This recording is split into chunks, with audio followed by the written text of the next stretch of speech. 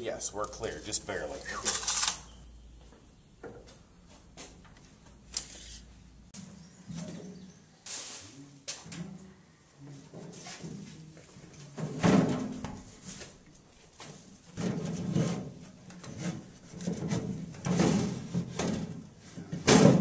Hold it right there, you got it.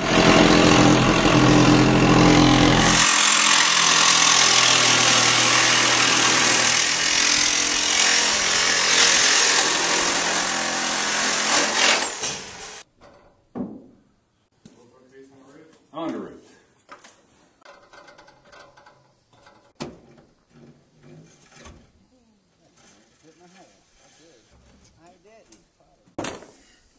How this boot works is this is lead here, so it flexes and bends to meet the rigidness of the roof.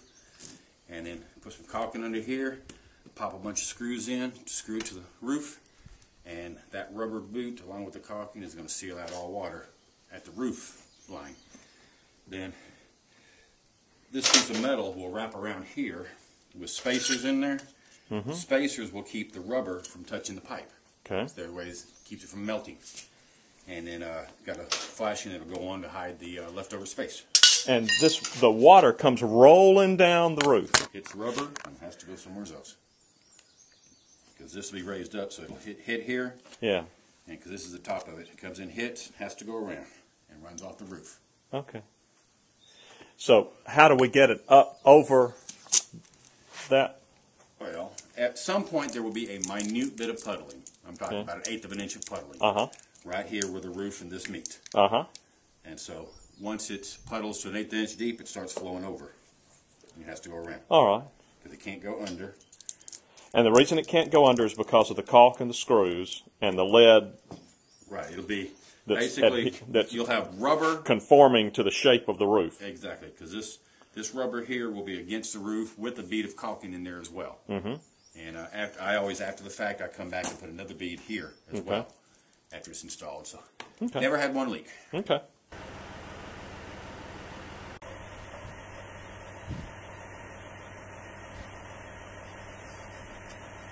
If you build your fire, it's burning good and hot, and the glass cleans itself off, you're burning a hot enough fire. All right. If the glass stays dirty, you're not burning a hot enough fire. That's the best way with that kind of stove, how to tell if you're burning hot enough or not, is by if the glass cleans itself off. Naturally, when you're first building a fire or when the fire is dying down, the glass might get dirty. But when you get it fired back up and get it burning hot, once it cleans itself off, you know you're burning hot enough. If it doesn't clean itself off, you're not burning hot enough.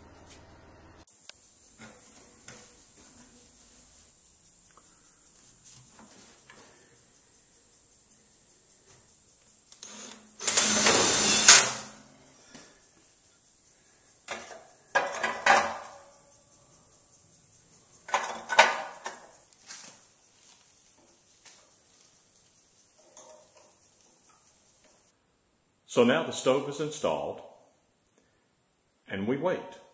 We wait for cool weather. As I record this, it is August the 27th, and Ken says we need to wait until the outside temperature is in the 60s before we light the first fire. So that's what we will do. When the first cool snap comes, we will light the first fire, a very small one, and let it burn all the way out.